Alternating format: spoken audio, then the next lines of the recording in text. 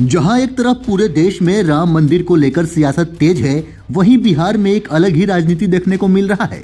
बिहार अभी से ही चुनावी मोड में आ चुका है।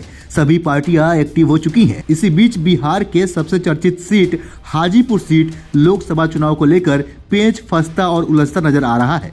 लोक जनशक्ति पार्टी रामविलास के प्रमुख चिराग पासवान अपने पिता की परंपरागत सीट रही हाजीपुर से अपनी माता रीना पासवान को चुनाव लड़ाने का ऐलान कर चुके हैं। अब चिराग अपनी माता जी को मंच पर लेकर आ गए हैं। चिराग ने लोगों से इस बार अपनी पार्टी के पक्ष में रिकॉर्ड वोटिंग की अपील की है। चिराग पासवान का अपनी माताजी को मंच पर उतार लाना, अपनी पार्टी के पक्ष में रिकॉर्ड मतदान की अपील करना इस बात का संकेत माना जा रहा है कि वह अपने पिता के गढ़ हाजीपुर में खुलकर खेलने की तैयारी में है। साथ ही आपको बता दें कि अपने आप को मोदी के हनुमान कहे जाने वाले चिराग पासवान रामविलास पासवान के देहांत के बाद काफी सक्रिय हो चुके हैं। उनके ही चाचा पशुपति पारस उनसे अलग होकर एक अलग पार्टी बना लिए हैं। वहीं लोक जनशक्ति पार्टी चिराग और लोक जनशक्ति पार्टी पशुपति गुट अलग अलग गुटों में बढ़ चुका है। और इस बार ये हाजीपुर सीट काफी दिलचस्प होने वाला है, क्योंकि एक तरफ उनके चाचा पशुपति पारस वो साफ तौर पे कह रहे हैं कि रामविलास पासवान के उत्तराधिकारी हम हैं, और चिराग पासवान है कि हाजीपुर सीट छोड़ने का नाम नहीं ले रहे हैं। दरअसल चिराग पासवान ने हाजीपुर में एक बड़ी रैली को संबोधित किया।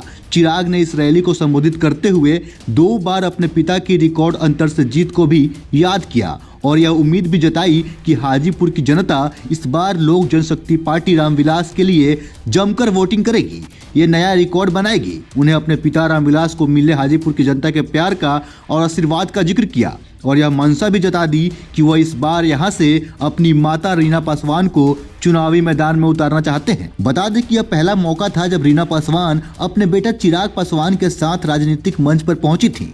रीना पासवान को मंच पर लाकर चिराग पासवान लगातार इमोशनल कार्ड खेलते गए और हाजीपुर की जनता उन्हें सुन रही थी। हाजीपुर की जनता के रामविलास पासवान का कनेक्शन काफी पुराना है। चिराग को उम्मीद है कि उनके मां को भी वही आशीर्वाद मिलेगा जो हाजीपुर की जनता रामविलास पासवान को देती आ रही थी। चिराग पासवान के इस दावे से अब चाचा पशुपति पारस और गठबंधन का नेतृत्व कर रही बीजेपी भी फंस चुकी है। पशुपति पारस और बीजेपी दोनों के लिए ही रीना का विरोध कर पाना मुश्किल होगा। पशुपति पारस भतीजे चिराग पासवान के खिलाफ खुलकर बोलते रहे हैं, लेकिन रामविलास पासवान की हमेशा तारीफ की है।